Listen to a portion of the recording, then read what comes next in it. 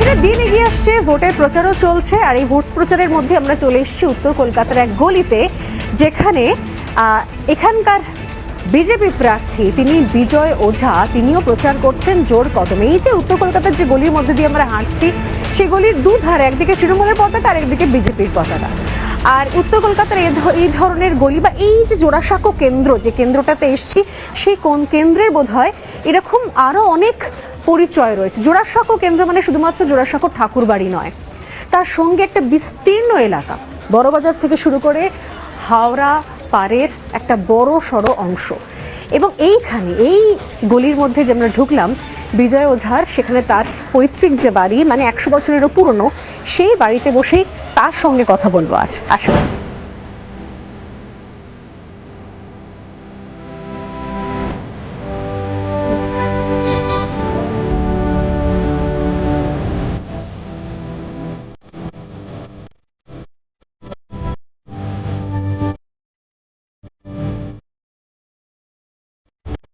এই মুহূর্তে আমি যেখানে বসে রয়েছি সেটা একদম উত্তর কলকাতা, পুরনো কলকাতা, বা এমন এক কলকাতা যে কলকাতার ছবি সচরাচর সামনে ধরা পড়ে না, কিন্তু সেই কলকাতাটাই হচ্ছে আসল প্রাণ, আসল যাকে বলা হয় জান রয়েছে কলকাতায়, সেই কলকাতা। রয়েছে আমরা জোড়াসাঁকো বিধানসভা কেন্দ্রে। জোড়াসাঁকো থেকে এবারে প্রার্থী যিনি বিজয় ওঝা, তিনি রয়েছেন আমার সঙ্গে। বিজয়জি, স্বাগত আপনাকে রিপাবলিক বাংলা, আমাদের স্পেশাল শোতে। এই বাড়িটা তো অনেক পুরনো, প্রায় 100 বছরেরও পুরনো। আপনারা কতদিন ধরে আছেন কলকাতায়? আমার বাবার গ্র্যান্ডফাদার থেকে এখানে আমাদের, মানে হচ্ছে ঠাকুরদা তারও আগে থেকে, মানে 6 পুরুষ তো হয়েই গেছে। না, 4 পুরুষ 5 পুরুষ। মানে তাহলে যখন হঠাৎ করে শোনেন যে কলকাতাটা শুধু বাঙালিদের জন্য, আপনারা সব বহিরাগত, তখন কেমন লাগে শুনতে? তখন আমি কর্পোরেশনেও বলেছি যে আমার জন্ম কলকাতায় মাতৃমঙ্গলে, আর আমার বাবার জন্ম এখানে, সবার এইখানে। তারপরেও আমরা বহিরাগত। আর কীর্তি আজাদ এইখানকার, শত্রুঘ্ন সিনহা এখানকার, ইউসুফ পাঠান তো কলকাতার ছেলে, পাঠান তো একদম মানে গলির ছেলে, একদম পাড়ার ছেলে। মনে তো দুঃখ লাগে, কি করা যাবে। তখন দেশ ভাগ হয়ে যাওয়ার পর যারা 90s-এ বা 2000-এর সময়তে বা তারও পরে যারা বাংলাদেশ থেকে এসেছেন, তাদেরও দাবি যে এইটা হচ্ছে তাদের জায়গা, শুধুমাত্র মাতৃভাষা এক বলে। আর যারা 5 পুরুষ 6 পুরুষ ধরে এই কলকাতায় রয়ে গেছে, যারা কলকাতাকে ইনফ্যাক্ট আমরা বলি কি কলকাতাকে গড়ে তুলেছে যারা, তো তখন মনে হয় না এই দুদিনের ছেলেমেয়েরা এসে বলছে, আমাদেরকে শেখাচ্ছে যে কলকাতাটা কেমন, তখন রাগ হয় না কখনো? রাগ কি হবে, আমরা তো জানি এই ফিল্মটা শর্ট ফিল্ম আছে শুধু নির্বাচনের জন্য। আচ্ছা, এই বড় ফিল্ম না, বা কারো ভিতরের ভাবনাটা ওটা না। আমরা তো ওই দল করি যেখানে ভাষা প্রান্ত কে লিয়ে কভি না রক্তপাত হো, ফুট কা ভরা ঘড়া হে ফোড় কর গড়ে চলো। মনে দুঃখ হয়, কিন্তু আমরা জানি এটা শর্ট ফিল্ম, অনলি ফর বাংলার নির্বাচনের জন্য। নির্বাচন হয়ে গেলে আবার সব ভুলে যাবে। মানুষের এটা কিছু না, এই ভাবটা আছে শুধু একটা পার্টির ফ্লোট করা ইস্যু, মানুষ একে সাড়া দিচ্ছে না। কাজ করতে গিয়ে কি মনে হচ্ছে, সত্যি সেরকম কোনো কাজ হয়েছে মানে মানুষের জন্য, ডেভেলপমেন্ট, নাকি সাদা নীল রং? তো আমি দেখলাম অনেক বড় বড় রাস্তা। আমি এটাই মানুষকে বোঝাচ্ছি। এই জোড়াসাঁকো সিট 2011 সালে পরিসংখ্যান হয়ে এসছে। প্রথম যে লিস্টটা ওই সময় পরিবর্তনের একদম ছিল, তখন প্রথম লিস্টটা টিএমসি জারি করেছিল। ওতে শান্তিলাল জৈন, যিনি বিজেপি করতে পরে টিএমসিতে জয়েন করে, ওনার নাম ডিক্লেয়ার করা হলো। তারপরে কি দেখি হঠাৎ 4 দিন পর আবার শান্তিলাল জৈনকে রিভাইভ করে নিয়ে অন্য কাউকে দেওয়া হয়েছে। কেন? যে শান্তিলাল জৈন রাম মন্দির অযোধ্যাতে কার সেবকের রূপে গেছিল, একটা অল্প সংখ্যক ভোট নারাজ না হয়ে যায়। তারপরে যিনি টিকিট পেলেন, উনি জিতলেন। তারপরে 2021 সালে ওনাকেও ব্যাক করে আবার নতুন মুখ। আবার 2021 সালে যিনি আসলেন নতুন মুখ, উনিও জিতলেন। 2026-এ আবার নতুন মুখ। আমার অতটুকুর জানা, অতদিনের রাজনীতিতে যে কোনো দল হয় বা যে কোনো ইনস্টিটিউট হয়, নিজের সিটিংকে তখনই সরায় যখন ক্ষোভ বিক্ষোভ অনেক হয়ে যায়। আর মানুষের ক্ষোভ বিক্ষোভ আছে, মানে কি হলো, যে মানুষের কাজের মধ্যে ওনারা থাকেননি, জেতার পর মিস্টার ইন্ডিয়া হয়ে গেছে। আমি যখন 2010 সালে যখন প্রথম নির্বাচিত হয়েছি, তা আমি একটা মনের মধ্যে একটা করলাম যে কেন আসে না। তো কারো স্টাম্প 7 তালার মধ্যে থাকতো, LCS বলতো, তখন হলো। আমি অর্ধেক কাজটা মানুষের রাস্তার উপরে করে দিই, অ্যাটেস্টেড করার আছে, মানে যেখানে দরকার সেখানে। হ্যাঁ, মানে মানুষের মাঝে থেকেছি, মধ্যে থেকেছি, মানুষের কাছে থেকেছি। মানুষকে আর কিছু চায় না, যে জনপ্রতিনিধি ওর কাছে থাকে বা ওর কথা শোনে। আমি ওইটা করেছি, এই হরবল ওষুধটা খেয়েছি। যেই ওয়ার্ডে কেউ একবারের পর আসেনি, আমি 3 বার রেকর্ড ভোটে এসেছি। এটাই আমার কাজ, এটাই আমি কিন্তু জোড়াসাঁকুর মানুষকে বোঝাচ্ছি যে এখন পর্যন্ত আপনারা মিস্টার ইন্ডিয়া দেখেছেন। যদি ভাগ্যে আমি আপনাদের আশীর্বাদে 4 তারিখ MLA হব, তা ফেভিকলের জোর আছে, 50 বছর কেউ সরাতে পারবে না কাজের ভিত্তিতে। তৃণমূল কংগ্রেস নিজেরা যাচ্ছে আসামে, সেখানে স্টেজ ভেঙে গেছে, যদিও এর আগে মেঘালয় গেছে, গোয়াতে গেছে। তো তখন তারা সেখানে পরিযায়ী হয় না, বহিরাগত হয় না। কিন্তু যদি আপনাদের দলে কেউ গুজরাট থেকে আসেন বা দিল্লি থেকে আসেন, তখন বলে কি কেন এরা এসছে? কেন এরা এসছে শুধু না, দেশের হোম মিনিস্টারকে দুর্যোধন বা এরম করে বলা হয়, প্রধানমন্ত্রীকে বলা হয় বহিরাগত। তো এইটা মানে TMCর যা চাল চরিত্র আছে ওটা বোঝা যায়। আমাদের TMC থেকে বা যে আমাদের মুখ্যমন্ত্রী বাজে, উনি কি বলেন, কি বুঝেন, উনি জানেন, উনি বুঝেন। আজ পর্যন্ত আমি হেম্বা ডেম্বা ডিগম্বা কি বাংলা সাহিত্যে যতটুকু পড়েছি বা শুনেছি, এইরকম কোনো, সেগুলো ছাপিয়ে গিয়েছে। মানে উনি বলছেন একজন অবাঙালি নেতা হয়েও এত বছরের কলকাতাবাসীও তিনি এমন কিছু বাংলা শোনেননি যেটা তিনি মানে মুখ্যমন্ত্রীর সৌজন্যে তিনি কিছু শুনেছেন। যখন শোনেন যে রাজ্যের মুখ্যমন্ত্রী তিনি বাঙালি এবং তিনিও ব্রাহ্মণ বাড়ির মেয়ে, তার বাড়িতে কালী পুজো হয়, তিনি যখন মঞ্চের ওপর উঠে বলেন, হিন্দিতে বলেন যে ऐसा गंदा धर्म हम नहीं मानते, हम रामकृष्ण का धर्म मानता है, स्वामी विवेकानंद का धर्म मानता है, लेकिन हम जानबूझ के एक गंदा धर्म जो ईश्वर ने बनाया, जो एक झुमला पार्टी ने बनाया, वो धर्म को हम नहीं मानता है, वो तो हिंदू धर्म का खिलाफ में है। কেমন লাগে তখন? মানে বেশি সফট আমরা আছি না, তাই জন্য বলতে পারছে। এটা শুনতে হবে কেন, যে বলে যে দুধ দেওয়া গরুর লাতো সাহান করতে হবে, আমাদের মুখ্যমন্ত্রীর শব্দ। আর এইবার তো আরও, আমরা আগে হায়দ্রাবাদের যিনি ওবেসি ভাইকে শুনেছি, 15 মিনিট পুলিশ সরিয়ে দাও তাহলে আমি দেখিয়ে দিচ্ছি। আমাদের মুখ্যমন্ত্রী তো আরো মানে একদম 1 সেকেন্ড 12টা থেকে 13টা বেজে যাবে। যে যার ধর্ম কোনো অসুবিধা নেই, বিজয় ওঝা আছে, তিলক লাগাবেই লাগাবে। তো যদি আমি জবরদস্তি টুপি টাপি পরে থাকি, তাহলে ওনাকেও ঠকছি, আমি নিজেকেও ঠকছি। আমি হিন্দু আছি, হিন্দু। আমাদের মেয়র সাহেব তো বলে দিলেন যে যারা ইসলামে জন্ম নেয়নি সব দুর্ভাগ্য, দাওয়াতে ইসলাম সব কিছু তো বললেন। উনি সাম্প্রদায়িক নেই, কিন্তু বিজয় ওঝা সাম্প্রদায়িক, সজল ঘোষ সাম্প্রদায়িক, বিজেপি যারা করে সাম্প্রদায়িক। আর এই সাম্প্রদায়িকটা আমরা যে নতুন হয়েছি এটাও নেই। আর তৃণমূলের জন্ম আমার চোখের সামনেই হয়েছে। আপনি তখনও বিজেপি করতেন? তখনও বিজেপি করতাম। আর ওই সময় তৃণমূলে আমাদের যতটুকুরি সংগঠন ছিল, গ্রামের যতটুকুরি ছিল, TMCর তো অত ছিল না। এক কাঁধে বিজেপির ঝান্ডা, এক কাঁধে TMCর ঝান্ডা নিয়ে আমরা পরিবর্তনের ডাক দিয়েছিলাম। আর আজকে আমরা সাম্প্রদায়িক, দুঃশাসন, যা বহিরাগত। রাজনাথজি এসেছিলেন তখন কেন বললেন না কি যে আপনি তো দিল্লির নেতা, কেন এসছেন এখানে বাংলায়? ঠিক ঠিক। সেই সময় তখন মমতা বন্দ্যোপাধ্যায়ের মনে হয়নি যে উনি বহিরাগত, উনি কেন আসছেন, কেন সিঙ্গুরে আন্দোলনকে সাপোর্ট করছেন, তখন মনে হয়নি না। পশ্চিম বাংলার মানুষ যে 35 বছর বাম শাসন, 15 বছর একটা আছে না করেলা পর নিম চড়া, আগে করেলা ছিল, আরো নিম আরো উঠে গেছে। সারা ভারত থেকে, উত্তর থেকে দক্ষিণ, দক্ষিণ থেকে সবাই কলকাতা আসতো।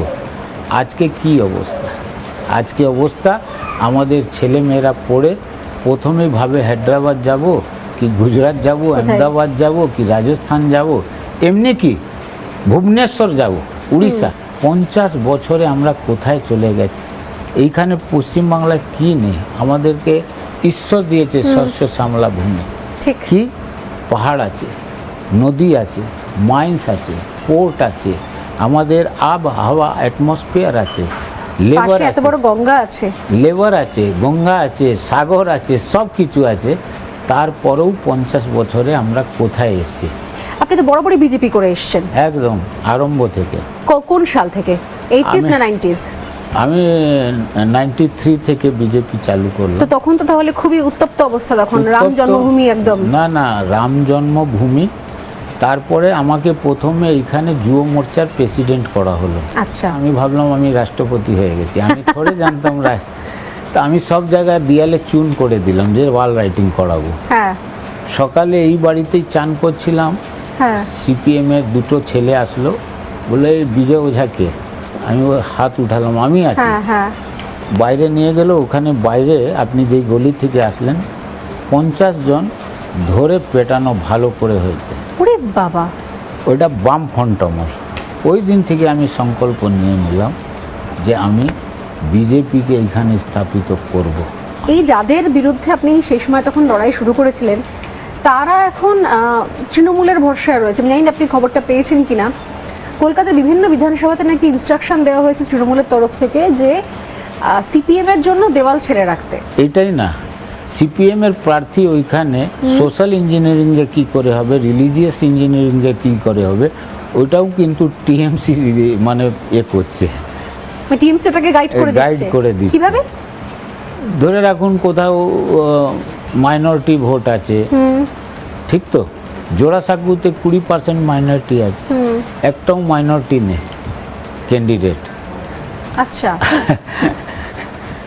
আর সোশ্যাল ইঞ্জিনিয়ারিং কি হয়েছে, সব ক্যান্ডিডেট আমার ওয়ার্ড থেকেই আছে মোটামুটি, জানে যে বিজেপি জিতবে, যত আটকাতে পারি। আলাদা আলাদা সিটে আলাদা আলাদা রণনীতি আছে। আমরা এইটা আছে, ওরা ভয়েতে একটু নতুন নতুন হিন্দু হতে চালু করেছে।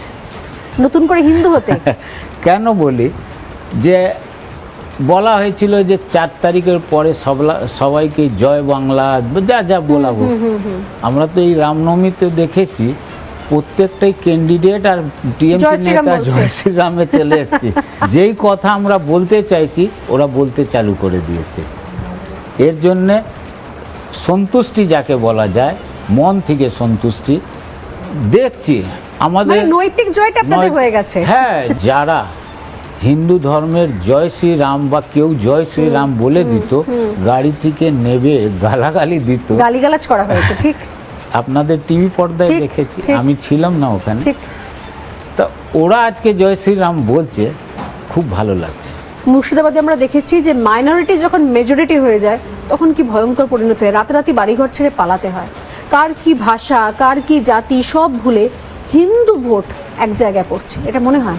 দেখুন, হিন্দু মুসলমান বলে না, যারা পুরনো লোক ওরা বলতো যখন 1946-এর দাঙ্গা হলো, তো এই মারওয়ারি সোসাইটিতে এবং এইখানে এনে কি করে ক্যাম্প করা গেছে, ঠিক, ওইটা ওদের মুখে শুনে। রামকে সার্টিফিকেট দিতে হবে কিন্তু বাবরকে সার্টিফিকেট দিতে হবে না। বাংলাদেশে দীপু দাস যেই প্যাটার্নে, যেই কট্টরতাতে, যেই নির্মমতাতে হত্যা হয়েছে, মুর্শিদাবাদে হরগোবিন্দ দাস ওনার ছেলে, এক pattern. Comrade Hargobind Das, comrade, উনি তো ধর্মনিরপেক্ষ সারা জীবন, কিন্তু উনি কেন মারা গেলেন? শুধু হিন্দু হন বলে এবং মূর্তি তৈরি করেন বলে। তৈরি করেন তাহলে বলে। তা আজকে এই যে আস্তে আস্তে, আমি একটা ভিডিও দেখেছিলাম ডোলের সময় অ্যাকোয়াটিকাতে ডোলের প্রোগ্রাম চলছিল, অনেক মানুষ এসে না এটা আমার পবিত্র মাস। তা এই যে এখানে সাউন্ড চলবে না, এবং সেখানে আমি বলে দিই সেখানে কিন্তু মানে কয়েক লাখ লাখ টাকার মিউজিক ইনস্ট্রুমেন্ট ভেঙে চুরে দিয়ে গেছে তারা। তো এই যে তোষণটা, তাহলে ধর্ম আপনার নিজে নিজের, পালন নিজে নিজের, এই সব ডায়লগ কোথায় যায়? আমরা দেখেছি রেড রোড থেকে আমাদের মাননীয়া খুব গরম গরম ভাষণ দিলেন, তো ওইখানে ধর্ম কোথায় গেল? দেখুন, আমি 25 বছর না এই তেরেট্টি মার্কেট চেনেন তো, পোদ্দার কোটের একদম দেখি, একদম। ওইখানে একটা দোকানের সামনে ডালা লাগিয়েছে। আমাদের নিজের ম্যানুফ্যাকচারিং ছিল, টুনি লাইট আর এইসব। 25 বছর তো আমি ওদের সঙ্গেও তো থেকেছি, কোনোদিন তো এরম মানে দাঙ্গা হয়ে যাবে এরম তো নেই। বিজয় যা তো সেখানে বিজেপি, একই সঙ্গে হিন্দু মুসলিম একই সঙ্গে ব্যবসা করে এসছে। আমি তো বিজেপি, আমি তো ওই সময়ও তো বিজেপি ছিলাম, ঠিক ওরাও তো জানতো বিজেপি, ঠিক। ওই সময়ও তো বিজেপি সাম্প্রদায়িক ছিল, রাম মন্দিরের কথা বলতো। কোনোদিন তো এরম আসেনি। এইটা শুধু স্ক্রিপ্টটা বললাম না, এটা শর্ট ফিল্ম আছে, অ্যাড ফিল্ম, এটা চলছে। 4 তারিখ পর এটা বন্ধ হয়ে যাবে। বেশ, আমি তাহলে একটা পূর্ণ সিনেমার জন্য কয়েকটা প্রশ্ন করি শেষের দিকে। যে ইলেকট্রিক্যালের ডালা থেকে আজকে বিজয় ওঝা, লোকজন বলে যে কোটি টাকার প্রপার্টি, 100 কোটির প্রপার্টি। আমি তো কোনো মিস্টার ইন্ডিয়া নেই আর বড় নেতা নেই যে আমি গাড়িতে আসি, গাড়িতে হেলিকপ্টারে উঠে এলে। এইখানে মানুষরা বলে, যেটা জবাবটা বারবার দিয়ে, এটাই শখ আছে, এই সাদাটা আমি এনি টাইম পড়ি, তো ভাবে এর কাছে মাল আছে। আর বেশ এমনি- লাগে নিস, তাহলে একটা শূন্য কমিয়ে দেবো, 10 আর কোটি। দ্বিতীয় কথা, আমি বিপিএল ফ্যামিলির তো নেই, যে আমি বিপিএল ফ্যামিলি থেকে ছিল। আমরা ব্রাহ্মণ, আর আমাদের কর্মকাণ্ডী এবং যজমানির ব্রাহ্মণ। কেউ মারা গেলে 2 ভরি সোনা আসতো, কেউ জন্ম নিতে 2 ভরি সোনা আসতো, আর তো সেগুলো তো কেউ থেকে গেছে, তো আছে তো। আমরা কি বিপিএল থোড়ে অস্বীকার করছেন না তাহলে? আরে ভাই, আমি আমার ফ্যামিলিগত, হ্যাঁ, আমরা উনি যত বলেছেন অত নেই, ওর থেকে 10%ও নেই। কিন্তু বিপিএল নেই, কারো সামনে গিয়ে বা কারো পেট কেটে হয় না। বা কারোর চাকরি চুরি করেও চাকরি মানে ও তো দরকার নেই। বাংলার মানে ওই দিন বাঙালি কি মুখ নিয়ে অন্য জায়গায় যায়। শিক্ষায় চাকরি চুরি হয়েছে শিক্ষক করার জন্যে, আর তারপরে ওনার শখ তো আলাদা, পরীক্ষায় ফেল করে লোকে ইয়ে হয়ে গেছে, টিচার তারপরে হয়ে তো গেছে। ওনার শখটা আলাদা। যা যা দেখলাম আমরা, বন্ধু বান্ধবী হেনা তেনা সব দেখলাম। ওই সময় নিজেকে বাংলায় থাকা, আমরা যখন বাইরে যাই, যখন রাজস্থান যাই বা অন্য, তা আমাদেরকে এ বলে না যে আমার জাতিগত বলে না যে আমার এ এসছে, বলে বাঙালি এসছে, পশ্চিমবঙ্গ থেকে এসছে, বাঙাল বাঙালি সে আয়া। এসছে, বাঙালি আয়া, বাঙ্গাল সে আয়া।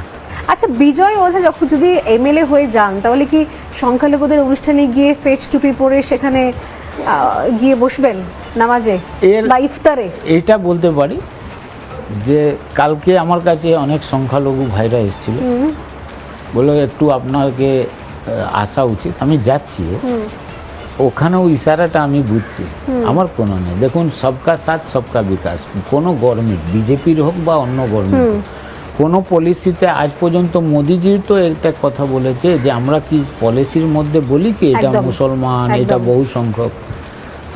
একটা জনপ্রতিনিধি হয়ে যাওয়ার পর কোনো ধর্ম থাকে না, কোনো রাজনৈতিক দলের স্ট্যাম্প থাকে না। ফেজ টুপি পরার দরকার হবে না বলছেন? কেন পড়বো? পরিয়ে দিয়ে জবরদস্তি করা, ওইটা মানে আমি সাজবো কেন? সাজবো কেন? যার যার ধর্ম যেরম আছে মানুষ। অ্যাকচুয়ালি এটা জবরদস্তি ক্রিয়েট করা হয়। এবং সেই জন্যই বোধহয় এবার অন্তত পশ্চিমবঙ্গের ক্ষেত্রে আমি দেখছি যে অনেক সংখ্যালঘু মানুষজন তারা বিজেপিতে জয়েন করছেন। মানে রাষ্ট্রবাদী মুসলিমের সংখ্যাটা কিন্তু পশ্চিমবঙ্গে এবার বেড়ে গেছে, কারণ তারা ডেভেলপমেন্ট দেখেছেন। তারা বলছেন আমরা মোদির ডেভেলপমেন্ট দেখেছি, আমরা বিজেপির ডেভেলপমেন্ট দেখেছি। গুজরাতে কোনো মুসলিমের ওপর কোনো রকম কিছু অত্যাচার হচ্ছে না এবং সেখানকার মুসলিমরা সেখানে দিব্যি ভালো রয়েছে। ভারতীয় জনতা পার্টি একমাত্র দল, রাষ্ট্রবাদী দল, যে বিকাশের কাজ বিকাশে হবে, ধর্মের তোষণ কোনো দিন হবে না আর মানব না। একটা ধর্মকে আমি তোষণ করে আলাদা করব আর একটা ধর্ম, তাহলে বিক্ষোভ হবেই হবে। আজকে যে মানুষের বিক্ষোভটা আছে এই জন্য আছে, দুর্গা পূজা করতে গেলে কোর্ট যেতে হবে, ঠিক। সরস্বতী পূজা করতে গেলে আপনাদের টিভি পর্দায়, ওটা কি মিথ্যে আছে কি? আমার নিজেরই স্টোরি ছিল, না, সরস্বতী পুজো মিথ্যে করতে আছে দেবে না কি? স্কুলে। কেন? এই সব যে হচ্ছে ওর জবাব কে দেবে? ভারতীয় জনতা পার্টি বলছে যে যার যেরম আছে মানুষ। 2014 সাল থেকে ভারতীয় জনতা পার্টি ভারতবর্ষে রাজ্যে আছে। কাকে বলেছে পাকিস্তান চলে যাও? যদি কেউ হারমার্ড ছিল, কেউ এ ছিল, যেরকম ইউপিতে দেখলাম, ওরা নিজে বলছে ভাই বাইরে বেরোবে না, বেরোবো না, বাইরে বাবা আছে, আমাদেরকে ভিতরেই থাক। একটা প্রশাসন প্রধান হলে যেরকম মোদিজি সবকা সাথ সবকা বিকাশ, কিন্তু মানে উত্তরপ্রদেশ মডেল কি এখানেও চলতে পারে? আমি তো আপনারা সরকার করলে ভারতের মডেল বলছি। উত্তরপ্রদেশ, বিহার, রাজস্থান, বাংলা আলাদা না, এক দেশ এক মাটি, এক দেশে এক সংবিধান। ডক্টর শ্যামাপ্রসাদ মুখার্জি নিজের প্রাণ এই জন্য দিল, বাংলার ছেলে ছিল। আজকে ডক্টর শ্যামাপ্রসাদ মুখার্জিকে আমরা কত বাঙালি মানি। না, এটা কিন্তু ঘটনা 46-এর সময়তে বাঙালিকে রক্ষা করার জন্য বা এই কলকাতাকে ভারতে রাখার জন্য কিন্তু অবাঙালি, মারোয়ারি, বিহারি তাদের কিন্তু ভূমিকা ছিল বিশাল। ওটাই তো গোপাল পাঠার যখন কথা শুনি, যখন জয়সওয়ালদের এখনও আছে বুড়ো লোক, যারা বৃদ্ধ লোক যারা আছে এখনও, এই আমি ক্যাম্পেনিংয়ে গেলাম তখনও এই কথা উঠেছিল যে এইরকম করে আমলোক কিয়া থা কলকাতাকে বাঁচানোর জন্য। কলকাতাকে বাঁচানোর জন্য। এখন তো বাংলা বাঁচানোর জন্য বাঁচতে চাই বিজেপি, তাই। বেশ, অল দ্য বেস্ট বিজয়দা, খুব ভালোভাবে হোক আপনার নির্বাচনী প্রচার। তবে রেজাল্ট কি হবে সেটা তো 4 তারিখের পর বোঝা যাবে। ইলেকশনের পরে আবার দেখা হবে, কথা হবে, ততক্ষণের জন্য অল দ্য বেস্ট। অতটুকুর বলি আমি যে এখন মানুষের সারা পাচ্ছি, 4 তারিখে পশ্চিমবাংলার ডবল ইঞ্জিন সরকার আসবে। একটা পদ্ম ফুলের যে মালা হবে ওর মধ্যে সব থেকে প্রথম জোড়াসাঁকো থেকে পদ্ম যাবে। আচ্ছা, বেশ, খুব ভালো, থ্যাংক ইউ, ধন্যবাদ। নানা ধরনের কন্টেন্ট দেখার জন্য লাইক করুন, শেয়ার করুন আমাদের ফেসবুক পেজ, সাবস্ক্রাইব করুন আমাদের ইউটিউব চ্যানেল। পাশাপাশি অন্যান্য ব্রেকিং নিউজের জন্য অবশ্যই চোখ রাখুন রিপাবলিক বাংলায়।